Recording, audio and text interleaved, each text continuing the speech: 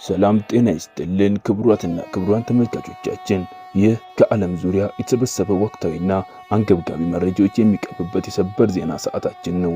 በዛሬው ዕለት በመካከለኛው ምስራቅ የተቀሰቀሰው የኢራን ጦርነት አዲስ መልክ መያዙ ተሰምቷል።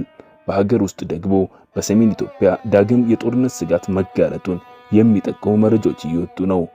መረጃዎቹን ይዘንላችሁ ቀርበናል። እስከ ዜናው ፍጻሜ ድረስ አብራችሁን ቆዩ። ወደ መካከለኛው ምስራቅ እናምራ። ኦፕሬሽን ኤፒክ ፉሪ ተብሎ የተሰየመው በአሜሪካና በእስራኤል ጥምረት በኢራን ላይ የተከፈተው መጠነ ሰፊ ጥቃት ዛሬ 11ኛ ቀኑን ይዟል።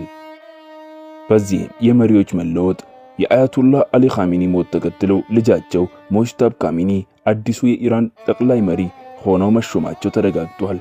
ሩሲያ ለሹመታቸው እንኳን ደስ አሉት መልእክት አስተላልፋለች። በዛሬው ዕለት ብቻ ኢራን በሳውዲ አረቢያ በኩዌትና በተባበሩት አረብ ኤሚሬትስ ላይ የድሮንና የሚሳኤል ጥቃቶችን ሰንዝራለች። በዱባይ አየር ማረፊያ የሚገኙ መንገደኞች ወደ መጠለያ እንዲገቡም ተደርገዋል። የነዳጅ ዋጋ ግጭቱን ተከትሎ የዓለም የነዳጅ ዋጋ ካለፉት 4 ዓመታት ወዲህ ለመጀመሪያ ጊዜ አንድ በርሜል $100 አልፏል። ፕሬዝዳንት ትራምፕ ጦርነቱ በቅርቡ ያበቃል ቢልም የገበያው ግን በከፍተኛ መዋዠቅ ላይ ይገኛል። ወደ ሀገር ውስጥ ስንመለስ በሰሜን ኢትዮጵያ ያለው ሁኔታ በከፍተኛ ስጋት ውስጥ መውደቁ ተዘግቧል።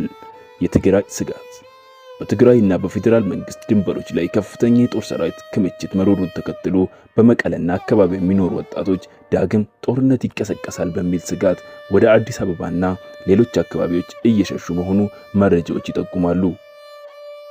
የአማራ ክልል ግጭት ባለፈው ሳምንት በአማራ ክልል በተለያዩ ዞኖች በፋኖ ታጣቂዎችና በመንግስት ኃይሎች መካከል ግጭቶች ተቀስቅሰው ውለዋል። በዚህም በንጹሃን ዜጎች ላይ ጉዳት መድረሱ ተገልጿል።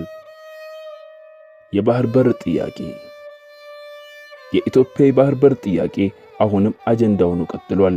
የኢትዮጵያ ብሔራዊ ንቅናቄ አብን ሊቀመንበር በሰጡት መግለጫ የባህር በር ማጣት ታሪካዊ ስህተት መሆኑን እና አሁንም ላይ መንግስት ጉዳዩን በዲፕሎማሲያዊ መንገድ ለመፍታት እያደረገ ያለውን ጥረት እንደሚደግፉ አስታውቀዋል። የኢዜማ መሪዎች ለውጥ የኢትዮጵያ ዜጎች ለማህበራዊ ፍትህ ኢዜማ ፕሮፌሰር ብርሃኑ ነጋን ከመሪነት አንስቶ በኢዮብ መሳፍንት መተካቱ ይታወሳል። ለሰዓቱ ያዝንላቸው አጫጭር መረጃዎች እነዚህ ነበሩ። በኢራን ጦርነትን በሀገራችን የጸጥታ ሁኔታ ላይ የሚኖሩ አዳዲስ መረጃዎች እንደደረሱን የምናቀርብ ይሆናል። እስከዚያው ሰላም ቆዩ። ለዚህ ቻናል አዲስ የሆናችሁ ሰብስክራይብ፣ ላይክ በማድረግ የዚህ ቻናል ቤተሰብ ይሁኑ። ሰናይ ቀን።